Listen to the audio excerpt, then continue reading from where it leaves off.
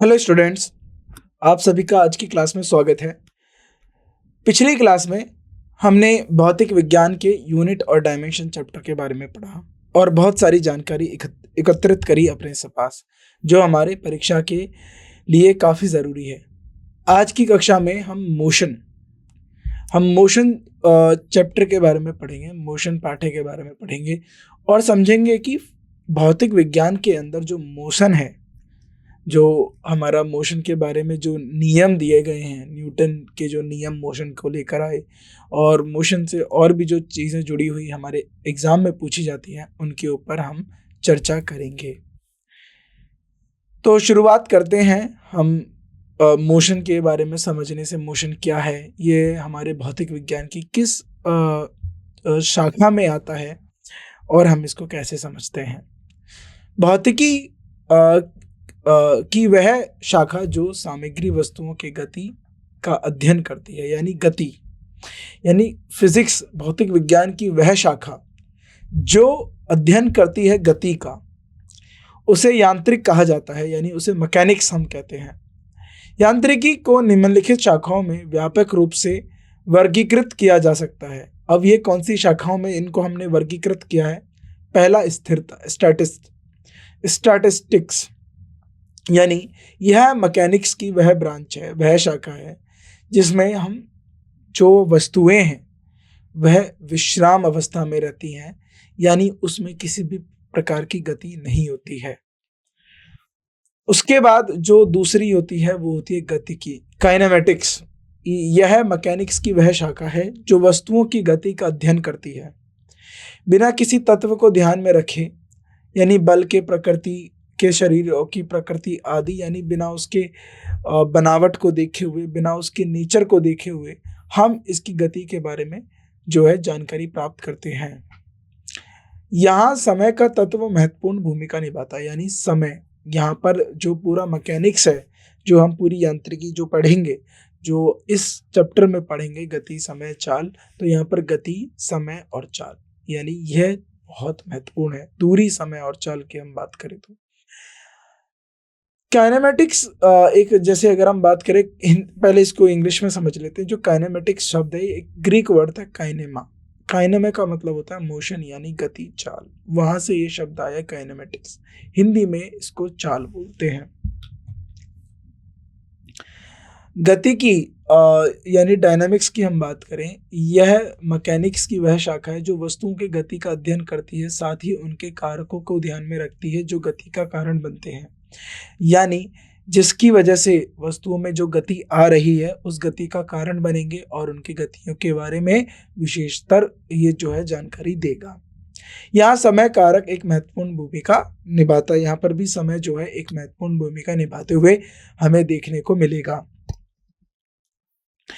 वहीं आगे बात करें, चूंकि बल गति का कारण है, यानी फोर्स की वजह से मोशन होता है, इसलिए गति की बल का अवधारणा पर आधारित है, यानी ये जो डायनामिक्स है ये बल के ऊपर आधारित है। गति और विश्राम की अवधारणा निरीक्षक, संदर्भ फ्रेम और वस्तुओं पर निर्भर करती है।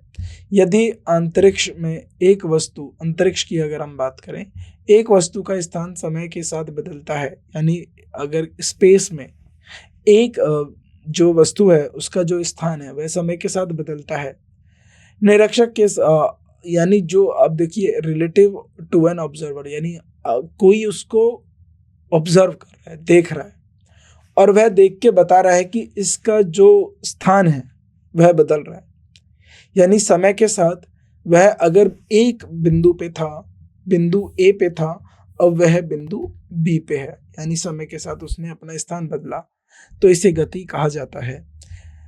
अन्यथा विश्राम में हो सकता है, गति एक में ही हो सकती है, या तो विश्राम होगा या तो गति में होगा, दोनों में से एक में होगा, एक समय पे दोनों नहीं हो सकते। आयाम यानी डायमेंशन की बात करें, देखिए लीनियर गति की, लीनियर मोशन की बात करें, रेखिक गति की बात करें, या दो आयाम यानी तल गति की बात करें, यानी प्लेनर मोशन की बात करें, या फिर 3 डायमेंशन की बात करें। विस्तृत रूप से गति को निम्नलिखित 3 प्रकारों में विभाजित किया जाता है। तो कौन सी हमारी गति के जो हमने विभाजन किया हुआ है वो कौन से 3 प्रकार हैं? रेखीय और अनुवादी गति, जिसको हम बोलते हैं रेक्टिलिनियर और ट्रांसलेटरी मोशन।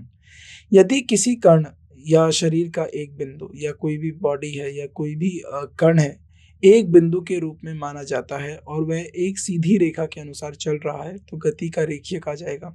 यानी एक बिंदु सीधी रेखा में चलकर दूसरे बिंदु तक वो पहुंच गया, तो इसको हम बोलते हैं रेक्टिलिनियर और ट्रांसलेटरी मोशन, रेखीय और अनुवादी गति। याद रखिएगा। हाउएवर, हालांकि यदि कण को एक बिंदु के रूप में नहीं देखा जा सकता है, लेकिन ऐसे तरीके से चलता है, तो उसे सभी कण को एक साथ सीधी रेखाओं, जो एक ही रेखाओं के या दूसरे ही समानांतर होती हैं, पर चलते हैं एक निर्धारित समय में समान दूरी के माध्यम से स्थान नियंत्रित होकर, तो शरीर को एक गति के अनुवाद कहा जाता है। समझ लीजिए क्या बात है। रेलगाड़ी देखी आपने? क्या रेलगाड़ी को आप एक पॉइंट मान सकते हो? नहीं मान सकते। अगर मैं बात करूं, रेलगाड़ी जो है 700 मीटर की है, लेकिन वह 3000 किलोमीटर की दूरी वह तय कर रही है। क्या ये 3000 किलोमीटर में आप 700 मीटर को कहीं रखेंगे? नहीं। तो उस संदर्भ में यह 700 मीटर एक बिंदु होगा, और यह बिंदु जब 3000 किलोमीटर की गति पर जो दूरी है जो तय करेगी एक निश्चित समय पे, तो हम बोलेंगे कि यह अपनी गति है, यह एक गति है और यह एक बिंदु है। A body sleeping along inclined plane has a translatory motion। यानी अब देखिए, inclined plane क्या होता है? इस तरीके का कोई प्लेन है, राइट, कोण है, जिस प्लेन में कोण है, ये समझ लीजिए। और यहाँ पर आपने कोई डिब्बा रख दिया, यह डिब्बा अब नीचे खिसकने लगा, जैसे ये देखिए, अब ये नीचे खिसक रहा है, तो ये क्या है? ये एक, इसको हम बोलते हैं ट्रांसलेटरी मोशन, अनुवादी गति। रेक्टिलिनियर, रेखीय और अनुवादी गति समान या असमान हो सकती है, यानी यूनिफॉर्म और नॉन यूनिफॉर्म हो सकती हैं। उसके बाद आता है हमारा सर्कुलर और रोटेटरी मोशन, यानी वर्तकार और घूर्णन गति। यदि किसी कण या शरीर को एक बिंदु के रूप में माना जाता है जो एक वृत्त पर चल रहा हो, यानी इस तरीके से, यहां से एक पॉइंट कोई इस तरीके से घूम रहा है, इसको हम बोलते हैं सर्कुलर मोशन। जो एक वृत्त पर चल रहा है तो उसे वृत्ताकार गति कहा जाता है। हालांकि यदि शरीर को एक बिंदु के रूप में नहीं माना जा सकता और उसे सभी कण एक साथ वृत्तों जिनके केंद्रों पर रेखा पर स्थित होते हैं, जिन्हें घूर्णन की दूरी कहा जाता है, वह पर चलते हैं, जो निर्धारित समय में समान कोण के माध्यम पे स्थानांतरित होते हैं, और तो उन्हें घूर्णन कहा जाता है। अब रोटेटरी मोशन क्या होता है समझ लीजिए। अगर कोई भी बॉडी है, उसको आप एक बिंदु नहीं मान रहे हैं और उसके जो सारे पार्टिकल हैं वो सर्कल में चल रहे हैं, और एक के बाद एक जो है पार्टिकल है वो शिफ्ट हो रहा है एक कोण के आधार पर, तो उसको हम रोटेटरी मोशन कहते हैं, घूर्णन गति कहते हैं। यह 2D या 3D गति है और सामान्य या असामान्य हो सकती है। ये 2D और 3D मोशन में भी हो सकते हैं, और यह यूनिफॉर्म और नॉन यूनिफॉर्म हो सकते हैं। अगर ये नॉन यूनिफॉर्म होंगे तो ये पीरियोडिक कहलाएंगे। अवृत और कंपनात्मक यानी वाइब्रेटरी मोशन, यदि एक अवृत गति सीमित होती है, जो अवृत गति है वो सीमित होती है। ऑसिलेटरी देखिए, पेंडुलम यहां से गया, यहां आ गया, यहां से गया, यहां आ गया, यहां से गया, यहां पर आ गया, तो ये सीमित है, ये इसकी एक लिमिट है। ये टू एंड फ्रो, आगे या पीछे, ऊपर नीचे जा सकता है, और इनको हम ऑसिलेटरी अवृत कहा जाता है। यदि अवृत गति के मामले में आयमन सूक्ष्म होता है, यानी ये जो घूमना है ये और भी कम हो जाए, ये ऐसे ऐसे ना करके ऐसे ऐसे होने लगे, एक ही समय एक ही स्थान पर होने लगे, तो इसको हम कंपनात्मक यानी वाइब्रेटरी मोशन कहते हैं। आगे बढ़ते हैं। ऑसिलेटरी या वाइब्रेटरी गति में यदि पूर्ण स्थानापन्न बल या टॉर्क रेखीय हो तो शरीर की गति में सरल हार्मोनिक गति हो जाएगा। हार्मोनिक का मतलब होता है कि एक जगह के बाद दोबारा दूसरी जगह पे आके रुक जाना, ये इस तरीके से आके रुक जाना, इसको हम बोलेंगे हार्मोनिक गति। आगे बढ़ते हैं, ध्यान दें, यदि किसी निर्धारित समय में एक वस्तु अपने आकार से अधिक दूरी तय करती है, यानी एक वस्तु अपने आकार से अधिक दूरी तय करती है, तो उस बिंदु वास्तु रूप में माना जा सकता है। तो अभी हमने बताया था एक रेल जो 700 मीटर है और वह 3000 किलोमीटर की यात्रा तय करेगी, तो उसे हम एक बिंदु मानकर चलेंगे। यह ध्यान देना महत्वपूर्ण है कि बिंदु वास्तव में गणितीय अवधारणा है जो सामान्य और सरल करने के लिए है, यानी जो हम सवाल हल करेंगे या फिर हम गति के बारे में पता करेंगे, दूरी के बारे में पता करेंगे, समय के बारे में पता करेंगे, तो हमें उसे एक बिंदु मानकर चलना होगा। आगे बढ़ते हैं, एक आयामी गति या हम वन डायमेंशन की बात कर रहे हैं। एक वस्तु की गति को एक आयामी गति कहा जाता है यदि केवल 3 निर्देशांकों में से एक जो वस्तु एक स्थिति निर्देशित करता है या समय के अपेक्षा बदलता है जब एक शरीर की सीधी रेखा पे पाथ के अनुसार चलता है। आपको बस इतना समझना है, वन डायमेंशन मोशन का है मतलब है कि जो हमारे कोऑर्डिनेट सिस्टम है, जैसे ये है, यह अगर एक ही दिशा पे इसके ऊपर कोई बिंदु चलता गया, यह वन डायमेंशन मोशन है, और इधर इधर चलता गया वह 2 डायमेंशन मोशन है।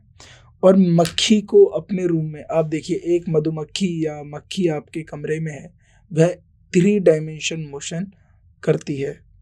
एक अमान्य गति कभी कभी रेखीय या लीनियर गति के रूप में भी माना जाता है।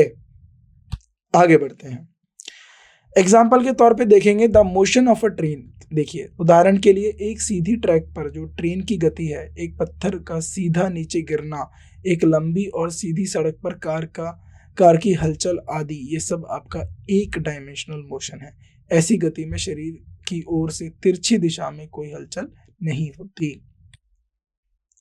मान लीजिए कोई एक वस्तु सीधी रेखा OX है, ये सीधी रेखा OX हो गया और वहां पर के साथ चल रही है जिसका मूल O पर है, और फिगर में जो हमें फिगर में दिखाया गया समय T पर वस्तु P पर ध्यान दें।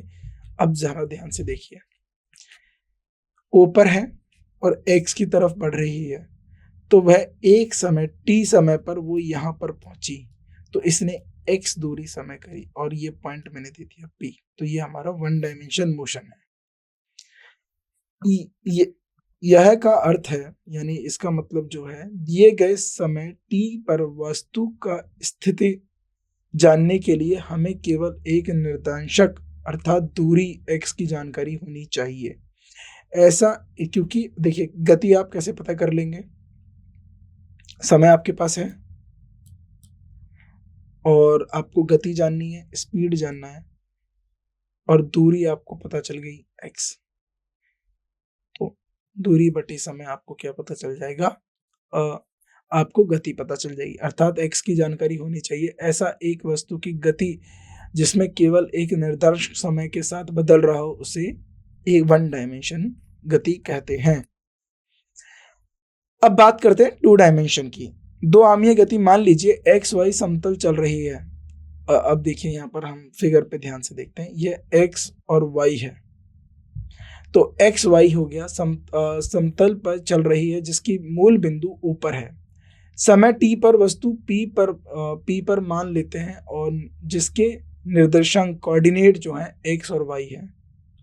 इसका मतलब XY समतल में चल रही वस्तु स्थिति को जानने के लिए स्पष्ट समय T पर हम 2 निर्देशांकों की जानकारी अवस्था होती है। ये सब छोड़ दीजिए, आप कमरे में आए और सीधा चलने लगे, फिर मुड़ते गए, फिर इधर चलने लगे, फिर इधर मुड़ गए, फिर इधर मुड़ गए। अब आप सिर्फ एक डायमेंशन में नहीं चल रहे हैं, आप 2 डायमेंशन में चल रहे हैं। तो ये जो 2 डायमेंशन मोशन है, यानी x पे यहाँ पर आए आप t टाइम पे और यहाँ पहुंचे आप t1 टाइम पे, तो ये जो आपने यहाँ पर दूरी तय करी, मान लीजिए ये पॉइंट मैं कह देता हूँ, ये O हो गया, ये Q हो गया। O से Q आपने T टाइम पे दूरी तय करी और Q से P आपने जो है T1 टाइम पे दूरी तय करी। तो ये आप दो दिशाओं में चल रहे हैं, इसी को हम 2 डायमेंशन कहते हैं। ऐसी एक वस्तु की गति जिसमें समय के साथ दो निर्देशक यानी दो कोऑर्डिनेट हों, बदल रहे होते हैं, दो आयामीय, इसको हम 2 डायमेंशनल कहते हैं। इस प्रकार एक वस्तु की गति को दो आयामीय गति कहा जाता है यदि वस्तु की स्थिति को निर्दिष्ट करने वाले 3 निर्देशकों से दो समय की अपेक्षा में बदलते हों। दो आयामीय गति में वस्तु एक समतल में चलती है, यानी एक समतल यानी एक प्लेन पर चलती है, जैसे पृथ्वी, सूर्य के चारों ओर घूमती पृथ्वी। बिलियर्ड्स, जो बिलियर्ड्स होता है, अगर आपने देखा होगा एक टेबल होते हैं बिलियर्ड्स टेबल, यहाँ पर जो बॉल्स रखी होती हैं ये इधर उधर इस टेबल पर टकरा कर चलती है। अब हम बात करते हैं 3 डायमेंशन मोशन क्या होता है। मान लीजिए एक वस्तु, देखिए अब x y z प्लेन और एक मधुमक्खी है। अब मैं मान लेता हूँ मधुमक्खी हो गई है। अब ये मधुमक्खी कहीं भी जा सकते हैं। मेरे हाथ को आप देख रहे हैं, मैं इधर भी जा रहा हूँ, ऊपर भी जा रहा हूँ, इधर भी जा रहा हूँ और इधर भी जा रहा हूँ। मैं तीनों दिशाओं में अपने हाथ को, मधुमक्खियों को चला ले रहा हूँ। तो इसी को हम बोलते हैं, यानी कोई पॉइंट मान लीजिए यहाँ है, यहाँ से वो इधर गया, पीछे गया, आगे गया, इस तरीके से मोशन करा, इसको हम 3 डायमेंशन मोशन कहते हैं। यह मतलब होता है कि दिए गए समय पर अंतरिक्ष में वास्तव में किसी स्थिति को जानने के लिए हम 3 सम्मानवित यानी x y z अंशों को अनुसार दूरी जानने वाले आवश्यकता होती है। एक वस्तु की गति जिसमें 3 सम्मानवित समय के साथ बदल रहे हैं को 3 अमान्य गति कहा जाता है। आगे बढ़ते हैं। यदि एक वस्तु की स्थिति को निर्दिष्ट करने वाले तीनों निर्देशांक यानी तीनों कोऑर्डिनेट समय के सापेक्ष बदलते हैं, तो उसमें यानी तीनों कोऑर्डिनेट जो हैं समय के साथ बदल रहे हैं, उसे हम 3 डायमेंशन मोशन कहते हैं। 3 डायमेंशन मोशन में जो ऑब्जेक्ट है वो स्पेस में चलता है। उदाहरण के तौर पे उड़ता हुआ विमान हो गया, पक्षी हो गया, एक गैस का अणु हो गया, और उसके बाद ये सब हमारे जो हैं इनका रैंडम मोशन होता है, तो ये हमारे 3 डायमेंशन मोशन कहते हैं। अब आते हैं हमारे स्केलर क्वांटिटी और वेक्टर क्वांटिटी। क्या होती हैं स्केलर मात्राएं और वेक्टर मात्राएं? देखिए, भौतिक विज्ञान में मात्राओं को हमने 2 प्रकार से बांटा है, एक है स्केलर और दूसरा है वेक्टर। स्केलर में क्या फर्क है और वेक्टर में क्या फर्क है, अब हम इस पे चर्चा करते हैं। भौतिक मात्राएं जिनमें केवल परिमाण होता है, यानी जिनमें केवल मैग्नीट्यूड होता है लेकिन कोई दिशा नहीं होती, उनके अंदर कोई भी दिशा नहीं होती, उन्हें स्केलर मात्राएं या स्केलर्स कहा जाता है। यानी इनके अंदर दिशाएं नहीं होंगी, सिर्फ परिमाण होगा, सिर्फ मैग्नीट्यूड होगा। उदाहरण के लिए द्रव्यमान, लंबाई, समय, दूरी, गति, कार्य, ये सब क्या हो गए, ये हमारे स्केलर हो गए। ये याद रखना है, ये बहुत जरूरी है क्योंकि एग्जाम में आपसे पूछ लिया जाता है। आगे बढ़ते हैं। वेक्टर, ऐसी भौतिक मात्राएं जिनमें परिमाण के साथ साथ दिशाएं भी होती हैं, परिमाण भी होगा, दिशाएं भी होंगी, उन्हें वेक्टर मात्राएं या वेक्टर कहा जाता है। उदाहरण के तौर पे देख लीजिए, विस्थापन, वेग, त्वरण, बल, टॉर्क, गुरुत्वाकर्षण, तीव्रता आदि। तो ये लिस्ट जो मैंने बनाई है इसको आप बहुत अच्छे से पढ़ लीजिए, ये बहुत आपकी उपयोगी रहेगी क्योंकि एग्जाम में ये लिस्ट आपको बहुत अच्छा फायदा करेगी। तो होता है निम्नलिखित दिए हुए 4 ऑप्शंस में से आपको बताना है इनमें से कौन सा स्केलर है, कौन सा स्केलर नहीं है।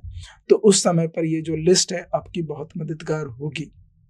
मास हो गया, length, time, distance, speed, work, energy, volume, density, power, pressure, electric potential, gravitational potential, magnetic potential, resistance, electric current, ये सब आपके क्या हैं, ये सब आपके स्केलर क्वांटिटी हैं। Weight, displacement, velocity, acceleration, force, torque, electric field, gravitational intensity, momentum, impulse, dipole, movement, current, density, temperature gradient, ये सब आपके क्या हैं, ये वेक्टर क्वांटिटी हैं। तो स्केलर और वेक्टर क्वांटिटीज को आपके बारे में पता होना चाहिए। दूरी, अब देखिए डिस्टेंस क्या होती है।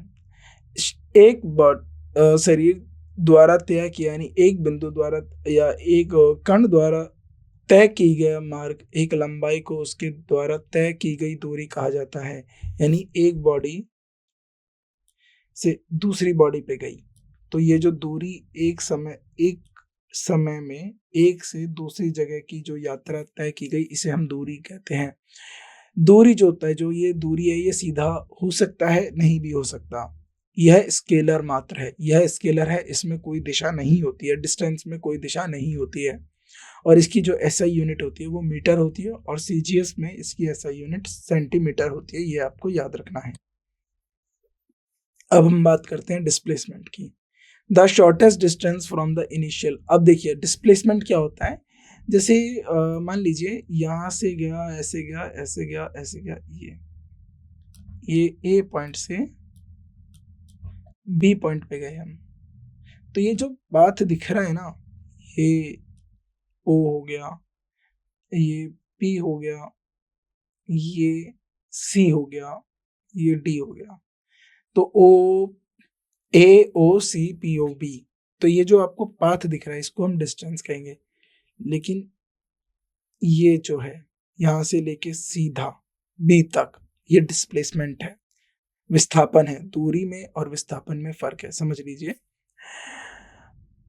एक छोर से दूसरे छोर का सबसे छोटी दूरी को हम डिस्प्लेसमेंट कहते हैं, क्योंकि ये सबसे छोटी दूरी है, इस वजह से इसमें दिशा होगी और इसमें जो है मात्रा भी होगी, मैग्नीट्यूड भी होगा। तो इसीलिए यह वेक्टर क्वांटिटी है।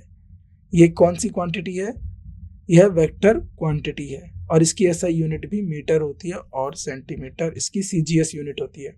ध्यान दें, एक चलती हुई वस्तु का स्थानांतरण सकारात्मक, शून्य और नकारात्मक हो सकता है। तो डिस्प्लेसमेंट क्या हो सकता है? डिस्प्लेसमेंट सकारात्मक पॉजिटिव होता है, जीरो होता है, नेगेटिव होता है। यानी अगर एक को यहाँ जाना था, ए को बी पर जाना था, और ये बी की जगह इधर उल्टा चला गया, तो यहाँ पर ये नेगेटिव हो गया, यहाँ पर ये जीरो हो गया। अगर ये घूम फिर के वापस ए पे आ गया तो डिस्प्लेसमेंट जीरो हो गया, या यहाँ से यहाँ पर गया तो ये पॉजिटिव हो गया। इसीलिए ये वेक्टर क्वांटिटी है। दूरी जो है वह जीरो नहीं होती, वह मात्र सकारात्मक होती है, पॉजिटिव होती है। ये आपको याद रखना है। आगे बढ़ते हैं। डिस्टेंस, दूरी और डिस्प्लेसमेंट में क्या फर्क होता है? यह वास्तव द्वारा दिया गया समय में तय की गई वास्तविक पथ होता है, और ये सबसे छोटा पथ, सबसे छोटा जो शुरुआती और अंतिम छोर के बीच की जो सबसे छोटी दूरी होती है उसको हम डिस्प्लेसमेंट बोलते हैं। यह स्केलर क्वांटिटी है, यह वेक्टर क्वांटिटी है। यह हमेशा पॉजिटिव रहेगी, ये जीरो हो सकती है, पॉजिटिव हो सकती है, नेगेटिव हो सकती है। अब it can be more than equal to magnitude of displacement. यह मैग्नीट्यूड के जो हमारा मैग्नीट्यूड है डिस्प्लेसमेंट के बराबर भी हो सकती है और उससे ज़्यादा हो सकती है, लेकिन जो ये है ये इससे कम भी हो सकती है, इससे ज़्यादा नहीं होगी। कभी भी डिस्प्लेसमेंट इससे ज़्यादा नहीं होगी। यह जीरो हो सकती, ये may not be zero even if the displacement is zero. ये जीरो भी हो सकती, नहीं भी हो सकती, लेकिन ये जीरो हो जाएगी। अगर डिस्टेंस जीरो है तो ये जीरो हो जाएगा। अब हम बात करते हैं स्पीड और वेलोसिटी की। स्पीड और वेलोसिटी क्या है?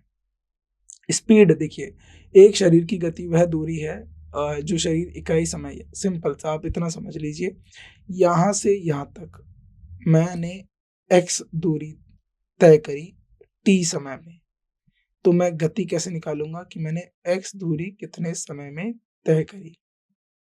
यानी मैं 1 मीटर जो है 1 सेकंड में चला, तो मेरी गति हो गई 1 मीटर पर सेकंड।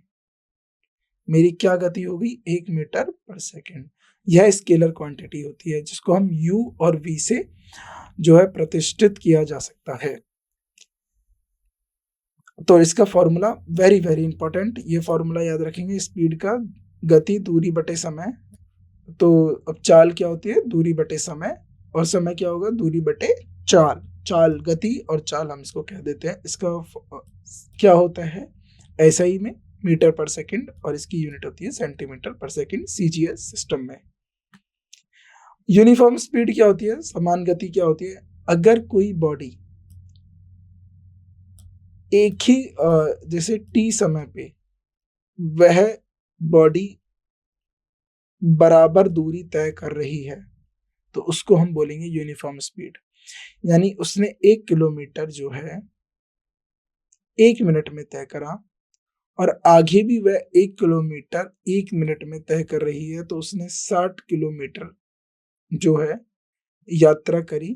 तो कितने में करी होगी? वो करी होगी 1 घंटे में, इस तरीके से।